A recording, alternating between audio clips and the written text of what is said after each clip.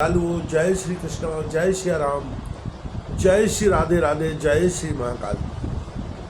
इस प्रवचन में आपको श्रवण कराएंगे श्रीमद् भागवत के आधार पर भिन्न भिन्न सिद्धियों के नाम और उनके लक्षण। भगवान श्री कृष्ण कहते हैं, प्रिय उद्धव, जब साधक इंद्रिय प्राण और मन को अपने बस में करके अपना चित्त मुझ में लगाने लगता है, मेरी धारणा करने लगता है, तब उसके सामने बहुत सी सिद्धियाँ उपस्थित होती हैं। उद्धव जी ने कहा, अच्युत, कौन सी धारणा करने से किस प्रकार कौन सी सिद्धि प्राप्त होती है और उनकी संख्या कितनी है? आप ही योगियों को सिद्धियां देते हैं तथा आप इनका वर्णन कीजिए। भगवान श्री कृष्ण ने कहा, प्रिय उद्धव, धारणा योग की पारगामी योगियों ने 18 प्रकार की सिद्धियां बतलाई हैं। इसमें 8 सिद्धियां तो प्रधान रूप से मुझ में ही रहती हैं और दूसरों में न्यून तथा 10 सत्वगुण के विकास से भी मिल जाती है। उनमें 3 सिद्धियां तो शरीर की हैं, अणिमा, महिमा और लघिमा।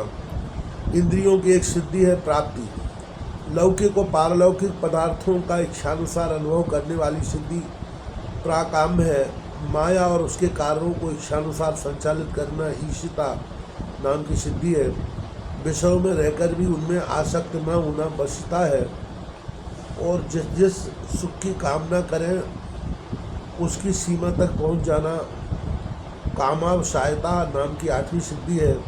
ये 8 सिद्धियां मुझ में स्वभाव से ही रहती हैं और जिन्हें मैं देता हूँ उन्हीं को अंशतः प्राप्त होती है। इनके अतिरिक्त तो अभी कई सिद्धियां हैं। शरीर में भूख प्यास आदि वेगों का न होना, बहुत दूर की वस्तु देख लेना और बहुत दूर की बात सुन लेना, मन के साथ ही शरीर का उस स्थान पर पहुँच जाना, जो इच्छा हो वही रूप बना लेना, दूसरे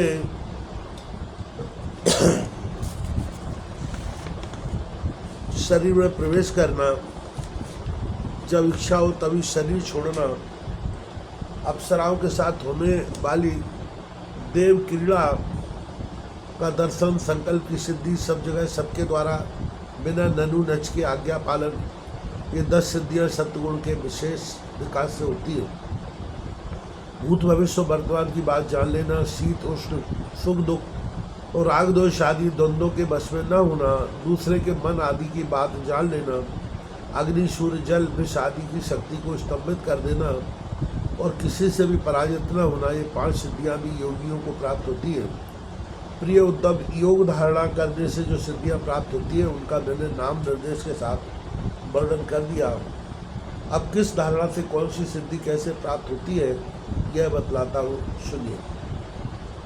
प्रिय उद्धव, 5 भूतों की सूक्ष्म तन्मात्राएं मेरा ही शरीर है। जो साधक केवल मेरे उसी शरीर की उपासना करता है और अपने मन को तदाकार बनाकर उसी में लगा देता है, अर्थात मेरे तन्मात्रात्मक शरीर के अतिरिक्त और किसी वस्तु का चिंतन नहीं करता, उसे अणिमा नाम की सिद्धि अर्थात पत्थर की चट्टान आदि में भी प्रवेश करने की शक्ति अणुता प्राप्त हो जाती है। महतत्व के रूप में भी मैं ही प्रकाशित हो रहा हूँ और उस रूप में समस्त व्यवहारिक ज्ञानों का केंद्र हूँ। जो मेरे उस रूप में अपने मन की महत्वाकार करके तन्मय कर देता है, उसे महिमा नाम की सिद्धि प्राप्त हो जाती है। और इसी प्रकार आकाश आदि पंच भूतों में जो मेरे ही शरीर है, अलग अलग मन लगाने से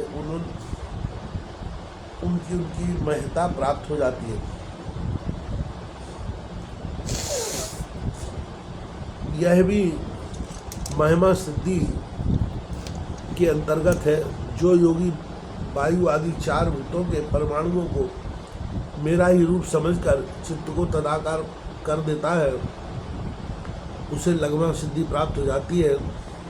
उसे परमाणु रूप काल के समान सूक्ष्म वस्तु बनने का सामर्थ्य प्राप्त हो जाता है। जो सात्विक अहंकार को मेरा स्वरूप समझकर मेरे उसी रूप में चित्त की धारणा करता है, वह समस्त इंद्रियों का अधिष्ठाता हो जाता है।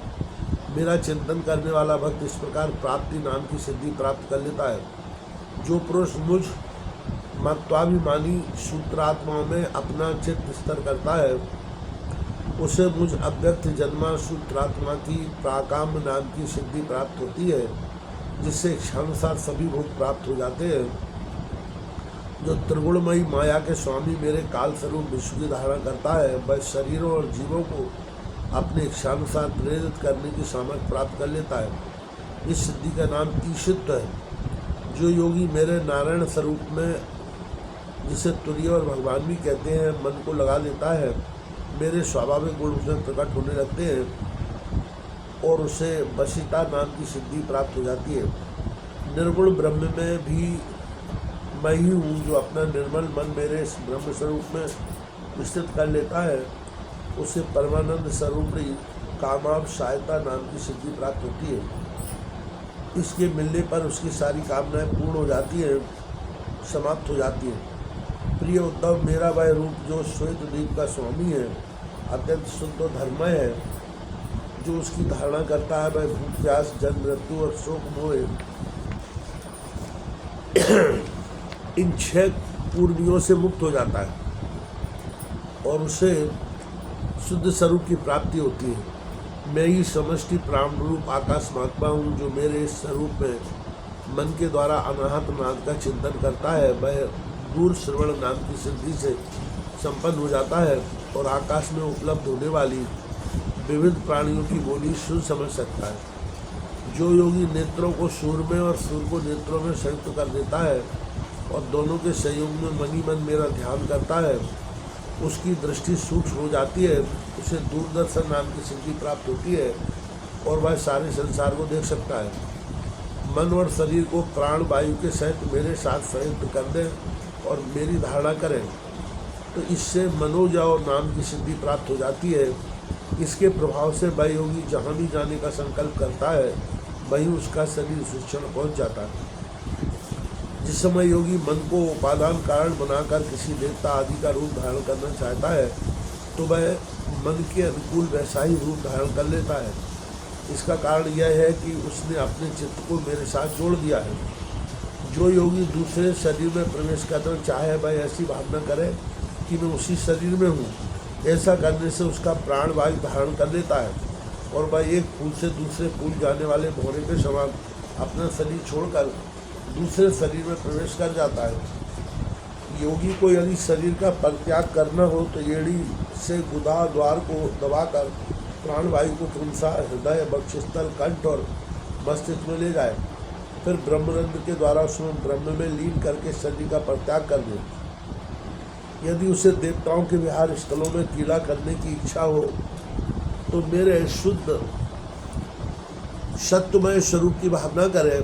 ऐसा करने से सत्गुण की अंश स्वरूपा सुर सुंदरिया विमान पर चढ़कर उसके पास पहुंच जाती है। जिस पुरुष ने मेरे सत्य संकल्प स्वरूप में अपना चित्त स्थिर कर लिया है, उसी के ध्यान में संलग्न है, वह अपने मन से जिस समय जैसा संकल्प करता है, उसी समय उसका वह संकल्प सिद्ध हो जाता है। मैं ईशित्व और वशित्व इन दोनों सिद्धियों का स्वामी हूँ, इसलिए कभी कोई मेरी आज्ञा टाल नहीं सकता। जो मेरे उस रूप का चिंतन करके उसी भाव से युक्त हो जाता है, मेरे समान उसकी आज्ञा को भी कोई टाल नहीं सकता। जिस योगी का चित्त मेरी धारणा करते करते मेरी भक्ति के प्रभाव से शुद्ध हो गया है, उसकी बुद्धि जन्म मृत्यु आदि अदृष्ट विषयों को भी जान लेती है, और तो क्या भूत भविष्य वर्तमान की सभी बातें उसे मालूम हो जाती है। जैसे जल के द्वारा जल में रहने वाले प्राणियों का नाश नहीं होता, वैसे ही जिस योगी ने अपना चित्त मुझ में लगाकर शिथिल कर दिया है, उसके योगमय शरीर को अग्नि जल आदि कोई भी पदार्थ नष्ट नहीं कर सकता। जो पुरुष श्रीवत्स आदि चिन्ह और शंख गदा चक्र पद्म आदि आयुधों से विभूषित तथा ध्वजा छत्र चबर आदि से संपन्न मेरे अवतारों का ध्यान करता है, वह अजय हो जाता है। इस प्रकार जो विचारशील पुरुष मेरी उपासना करता है और योग धारणा के द्वारा मेरा चिंतन करता है, उससे सभी सिद्धियां पूर्णता प्राप्त हो जाती हैं, जिनका वर्णन मैंने किया है। प्यारे उद्धव, जिसने अपने प्राण मन और इंद्रियों पर विजय प्राप्त कर ली है, जो संयमी है और मेरे ही स्वरूप की धारणा कर रहा है, उसके लिए ऐसी कोई भी सिद्धि नहीं जो दुर्लभ हो। उसे तो सभी सिद्धियां प्राप्ति है, परंतु श्रेष्ठ पुरुष कहते हैं कि जो लोग भक्ति योग अथवा ज्ञान योग आदि उत्तम योगों का अभ्यास कर रहे हैं, जो मुझसे ये हो रहे हैं उनके लिए इन सिद्धियों का प्राप्त होना एक विघ्नीय है, क्योंकि इनके कारण व्यर्थ ही उनके समय का दुरुपयोग होता है। जगत में जन्म, औषधि, तपस्या और मंत्र आदि के द्वारा जितनी सिद्धियां प्राप्त होती है वे सभी योग के द्वारा मिल जाती है, परंतु योग की अंतिम सीमा मेरे शारूप, शालुक आदि की प्राप्ति बिना मुझमें चित्त लगाए किसी भी साधन से नहीं प्राप्त हो सकती। ब्रह्मवादियों ने बहुत से साधन बतलाए हैं, योग, सांख्य और धर्म आदि।